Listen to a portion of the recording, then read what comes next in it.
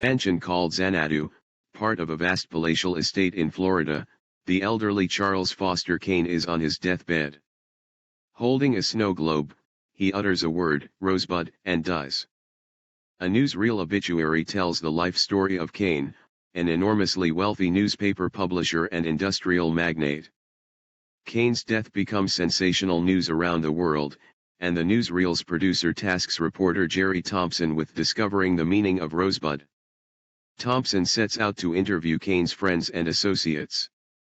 He tries to approach his second wife, Susan Alexander Kane, now an alcoholic who runs her own nightclub, but she refuses to talk to him. Thompson goes to the private archive of the late banker Walter Parks Thatcher. Through Thatcher's written memoirs, Thompson learns about Kane's rise from a Colorado boarding house and the decline of his personal fortune. In 1871, gold was discovered through a mining deed belonging to Kane's mother, Mary Kane. She hired Thatcher to establish a trust that would provide for Kane's education and to assume guardianship of him.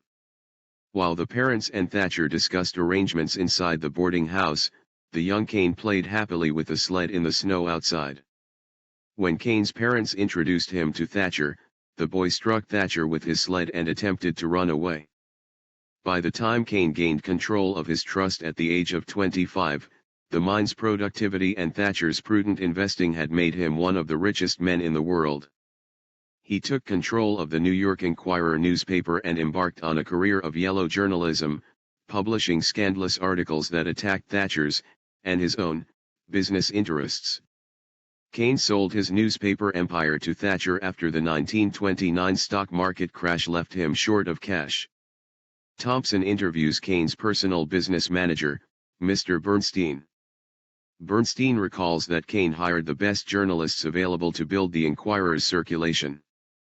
Kane rose to power by successfully manipulating public opinion regarding the Spanish-American War and marrying Emily Norton, the niece of the President of the United States. Thompson interviews Kane's estranged best friend, Jedediah Leland, in a retirement home. Leland says that Kane's marriage to Emily disintegrated over the years, and he began an affair with amateur singer Susan Alexander while running for governor of New York. Both his wife and his political opponent discovered the affair, and the public scandal ended his political career.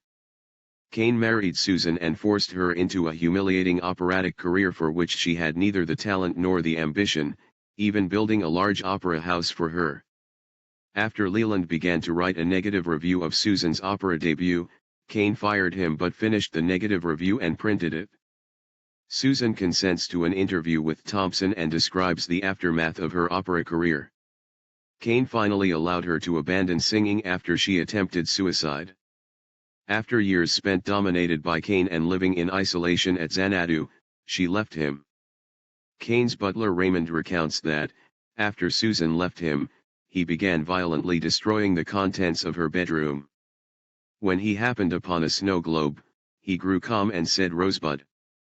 Thompson concludes that he is unable to solve the mystery and that the meaning of Kane's last word will forever remain a mystery. Back at Xanadu, Kane's belongings are catalogued or discarded by the staff. They find the sled on which the 8-year-old Kane was playing on the day that he was taken from his home in Colorado and throw it into a furnace with other items. Behind their backs, the sled slowly burns and its trade name becomes visible through the flames, Rosebud.